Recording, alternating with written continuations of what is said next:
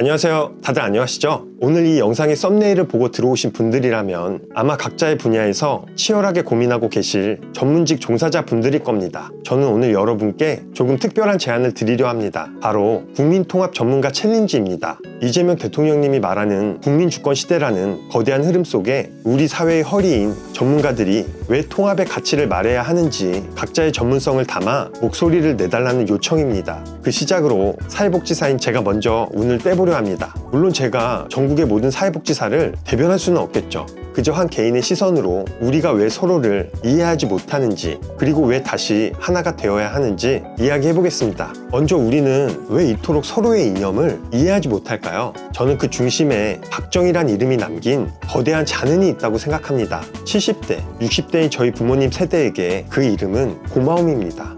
굶주림이 일상이었던 시절, 사람답게 먹고 사는 일에 기초를 세운 분이니까요. 한동균 박사님이 언급하셨듯 그분들에게는 그 시대의 발전과 지도자의 죽음이 일종의 공동체적 트라우마로 남아 있습니다. 그분들의 슬픔과 고마움이 잘못된 것일까요? 반면 청년 세대에게는 그 이름은 독재라는 마침표로 끝납니다. 굶주림을 겪어보지 않은 세대에게 과거의 업적은 낡은 기록일 뿐이고, 독재라는 단어는 그 모든 공적을 덮어버리는 차가운 벽이 됩니다. 그렇다면 묻게 됩니다. 한쪽의 기억은 틀린 걸까요? 아니면 다른 한쪽의 판단이 잘못된 걸까요? 어쩌면 둘 다 자신의 자리에서 본 사실일지도 모릅니다. 어르신들은 지역의 벽에 갇혀 싸우는 모습으로 비춰지고, 청년들은 그런 어르신들을 존경할 대상이 아닌 노인으로 치부해버립니다. 반대로 기성세대는 지금 청년들이 느끼는 불공정과 좌절을 온전히 이해하기 쉽지 않습니다. 그래서 서로를 향해 이해 대신 판단이 먼저 나옵니다. 하지만 한 걸음만 물러서 보면 이건 틀림의 문제가 아니라 경험의 차이에서 시작된 간극일지도 모릅니다. 하지만 우리가 정말 분노해야 할 대상은 서로가 아닙니다. 이 해묵은 감정과 결핍을 이용해 표를 얻고 정작 빈곤과 노인 자살률 세계 1위라는 현실은 외면하는 정치 기술자들입니다. 짧다면 짧은 사회복지 현장에서 제가 본 진실은 다릅니다. 레거시 미디어나 뉴 미디어를 통해 전해지는 안타까운 사연들, 그분들을 돕기 위해 모이는 수많은 손길 중에 이념을 따지는 분이 계시던가요? 경차 아래 깔린 아이를 구하기 위해 너나 할 것 없이 달려들어 차를 들어 올리던 시민들, 도로에 쏟아진 유리 파편을 치우려 차에 내린 분들, 그분들이 모두 특정 정당의 지지자들이었을까요? 아닙니다. 그들은 그저 내 옆에 사람이 아파서 위험해서 움직인 우리 이웃들입니다. 우리는 이미 서로를 배려하고 구하는 법을 본능적으로 알고 있습니다. 그건 가르쳐서 되는 게 아니라 우리 DNA에 새겨진 숭고한 인류애입니다. 그런데 왜 정치라는 오염된 망원경을 눈에 대는 순간 그 본능이 마비되는 것일까요? 그 일그러진 렌즈를 통해 세상을 바라보면 어제까지 다정했던 이웃이 죽여야 할 적이 되고, 나와 생각이 다른 동료들은 타도해야 할 괴물이 됩니다. 그 좁고 편협한 구멍으로 세상을 보느라 정작 우리 앞에 있는 사람을 놓치고 있는 것 아닙니까? 이제 그 가짜 망원경을 깨부셔야 합니다.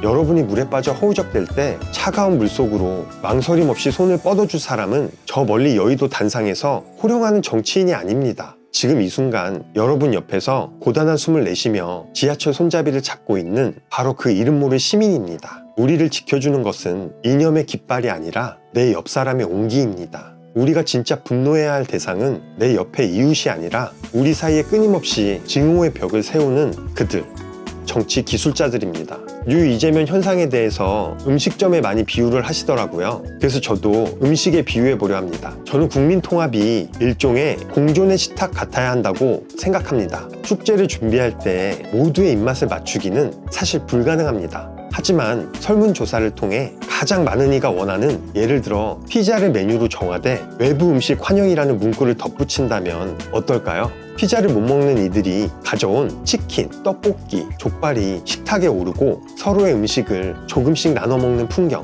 이 과정에서 나는 이것만 먹겠다가 아니라 이런 것도 있구나 라는 생각이 듭니다. 주류의 흐름은 존중받되 소수의 취향도 소외받지 않는 사회, 다음 축제 때는 또다시 의견을 물어 메뉴를 바꿔가는 유연함, 이것이 제가 꿈꾸는 진정한 국민통합의 모습입니다.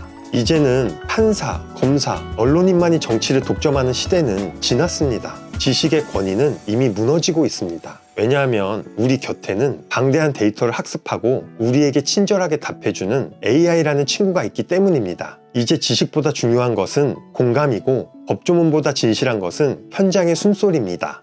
이제 다양한 분야의 전문직 종사자들이 국회로, 광장으로 나와야 합니다. 사람과 사람을 잇는 정치를 위해 여러분들의 목소리를 보태주세요. 물론 현업의 무게로 인해 카메라 앞에 서거나 영상을 직접 제작할 시간적 여유가 없는 분도 계실 겁니다. 하지만 그 귀한 통찰들이 바쁜 일상 속에서 묻혀버리는 것은 우리 사회의 큰 손실이라 생각합니다. 혹시 영상을 만드실 시간이 도저히 나지 않으신다면 주저하지 마시고 댓글로 여러분의 진솔한 의견을 남겨주세요. 여러분들이 정성껏 써내려간 그 문장을 제가 대신 읽어드리겠습니다. 전문가로서 느끼는 국민 통합의 필요성 혹은 현장에서 마주하는 갈등의 해법을 글로 남겨주시면 제가 여러분의 목소리가 되어 이 광장에 울려 퍼지게 하겠습니다. 형식이 무엇이든 중요하지 않습니다. 중요한 것은 우리가 연결되어 있다는 그 사실 자체니까요. 우리는 서로 다른 악기를 연주하지만 결국 대한민국이라는 하나의 교향곡을 완성해야 하는 연주자들입니다. 여러분의 전문성이 국민통합이라는 선율 위에 아름답게 얹어지기를 기대합니다. 다음 국민통합 전문가 챌린지의 주인공은 바로 여러분입니다. 잊지 마세요. 시청해주셔서 감사합니다.